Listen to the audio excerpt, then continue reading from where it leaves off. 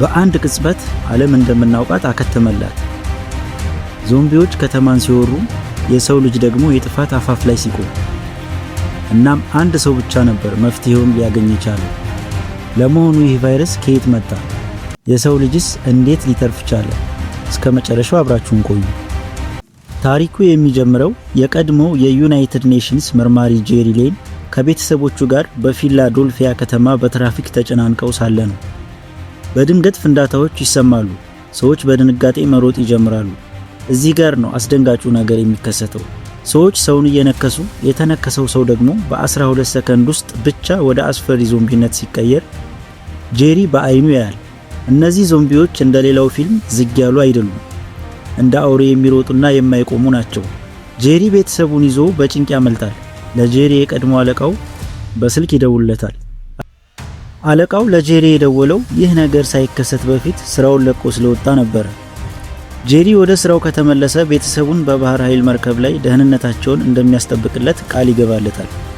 ጄሪም ተስማምቶ የቫይረሱን ምንጭ ለማግኘት መንገድ ይጀምራል። መጀመሪያ ወደ ደቡብ ኮሪያ ይሄዳል። እዚያም አንድ የሲአይኤ ወኪል አስገራሚ መረጃ ይሰጠዋል። ይህ ወረርሽኝ ከየት እንደመጣ በትክክል ባያውቁትም አንድ ታካሚ ዶክተር ላይ ጥቃት በማድረሱ ዶክተሩም ከእንደገና ታካሚዎች ላይ ጥቃት በማድረስ ይጀምራል።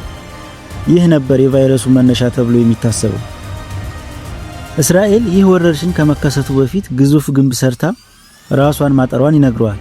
እንዴት ሊያውቁ ቻሉ የሚለው ጥያቄ ጄሪን ወደ ኢየሩሳሌም ይወስደዋል። ኢየሩሳሌምም ስንደርስ የሚገርም ትዕይንት እናያለን። እስራኤላውያን ፍልስጤማውያንን ጭምር ወደ ግንቡ ውስጥ አስገብተው በሰላም እየዘመሩ ነው። ነገር ግን የድምጻቸው ጩኸት ዞምቢዎቹን ያነሳሳቸዋል። በሺዎች የሚቆጠሩ ዞምቢዎች አንዱ በሌላው ላይ እየተደራረቡ ልክ እንደ ጉንዳን ግንቡን ሲወጡት ማየት እጅግ ያስፈራል። ግንቡ ተጥሶ ከተማዋ ትወረራለች። ጄሪ ከአንድ ሴት ወታደር ሴገን ጋር አምልጦ በአውሮፕላን ይሄዳል። በመንገድ ላይ ግን በአውሮፕላኑ ውስጥ ዞምቢ ተገኝቶ አውሮፕላኑ ይከሰከሳል። ጄሪ እና ሴገን ተርፈው በዌልስ ወደሚገኝ የዓለም ጤና ድርጅት WHO ላብራቶሪ ይደርሳሉ። እዚህ ጋር ነው ጄሪ አንድ ትልቅ ነገር ያስተዋለው። ዞምቢዎቹ በጣም የታመሙ ካንሰር ያለባቸውን ወይም ደካማ ሰዎችን አይነኩም።